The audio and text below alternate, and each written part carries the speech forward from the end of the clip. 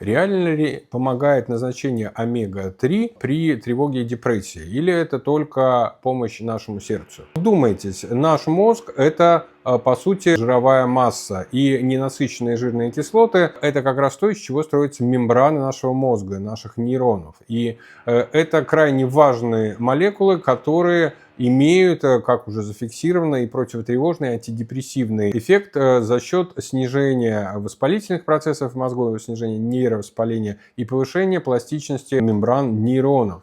И поэтому есть даже стратегии, когда человек принимает рецептурные препараты, добавление омега-3 ненасыщенных жирных кислот является такой аугментацией, повышения антидепрессивного действия непосредственно препарата. Но пытаться с помощью одной омеги-3, как монотерапию, снести депрессию тяжелую, это утопично, конечно. Это всего лишь дополнение приятно к основной терапии.